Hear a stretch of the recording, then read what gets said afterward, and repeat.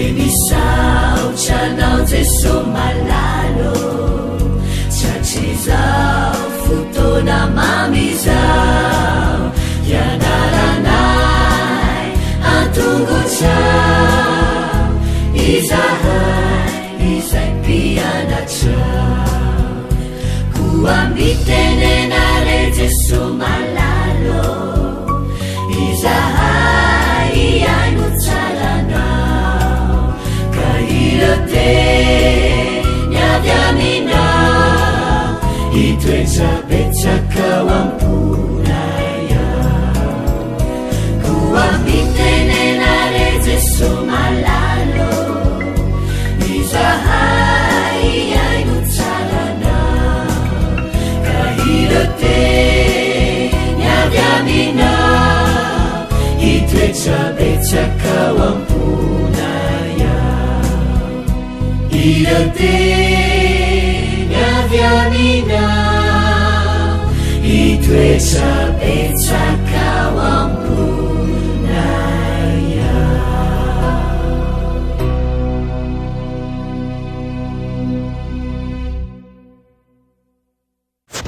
Fahalomerabantsika tsirairay avy indray tonga amin'ny fandraisana ny lesona ho an'ny tanora zokiny isika amin'ity anio ity manona ny fahasoavan'ny tompo aminao ny herin'ny tompony andrakotranao mandrakariva azakify fa zanaky ny mpandresy ianao aloha indirantsika ny amin'ny lesona anio dia hivavaka isika liranay tsara indrindra izay ny-danitra mbola felompisaonanao izay hainony amin'ny fanekehanao anay ho zanaka misaotra satria zava-dehibe aminay izany fa zanaky ny mpandresy tokoa izahay ampio izahay hatsapa sy ahy ankasitraka ny aminao fa efa vitanao ny zavatra rehetra ny any angatahanay indrindrandrindra dia ny ankarezanao antray hatrany ary koa androtsanao ny fanahinao masina aminay tsirairay avy koa mitenena ray fa vonikainao anao zahay minaran'i Jesosy amen. Lohateny lesona antsika androany dia manao hoe niverina indray ny hetsika alahady toy ny lesona antsika omaly dia namakivaky ny tiany lalàna alahady ho apetraka isika dia izao ny voasoratry Madame White amin'ilay fifandrenana lehibe manao hoe na dia hiavaka manokana azy izy ny mpivavaka amin'Andriamanitra amin'ny fiheverana ny didy faha-efatra satria izany no famantarana ny herin'ny famoronana sy ny vavolombelon'ny fitakinany amin'ny fanajana sy ny fanomponan'ny olona dia hiavaka ny mpivavaka amin'ny bibidia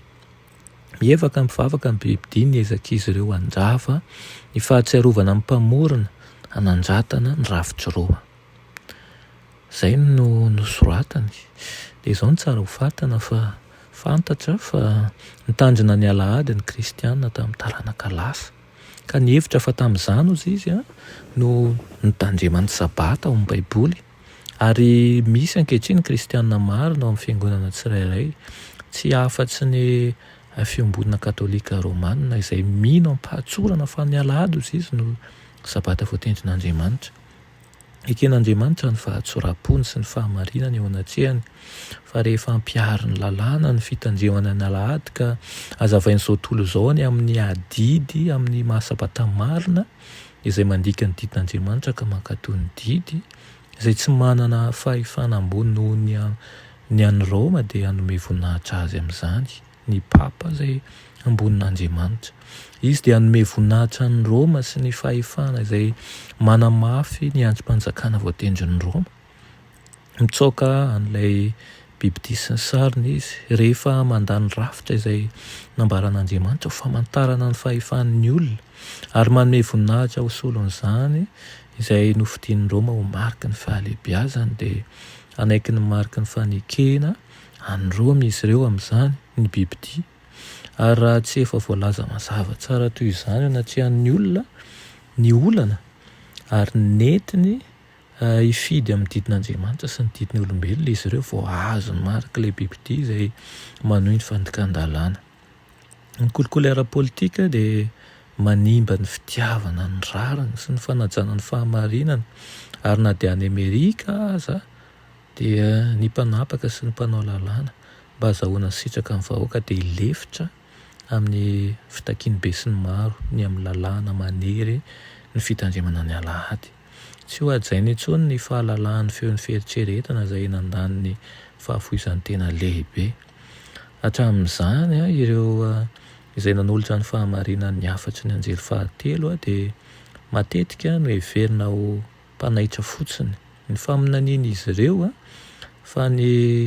tsy fandeferana ara-pivavahana dia voafehany États-Unis.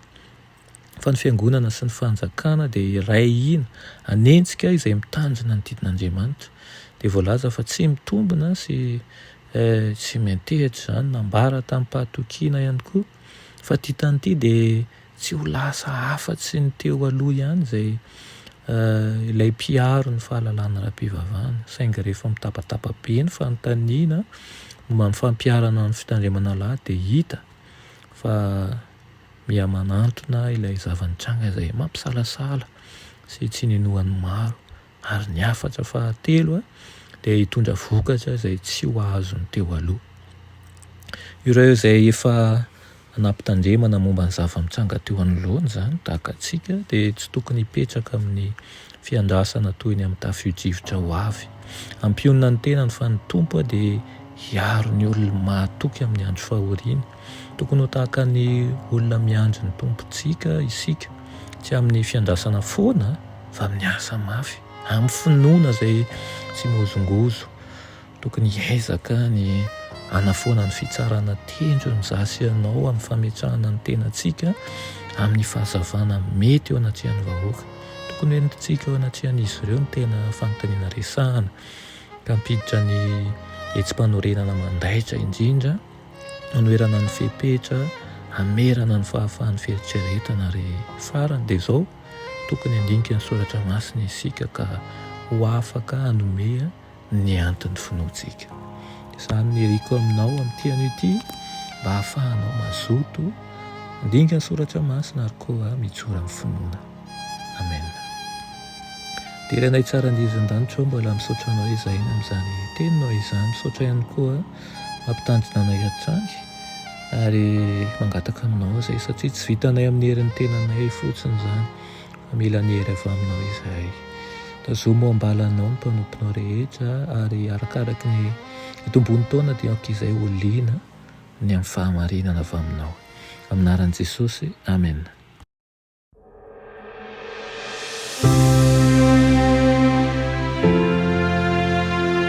Mianatra eo an-tongotry Jesosy isan'andro.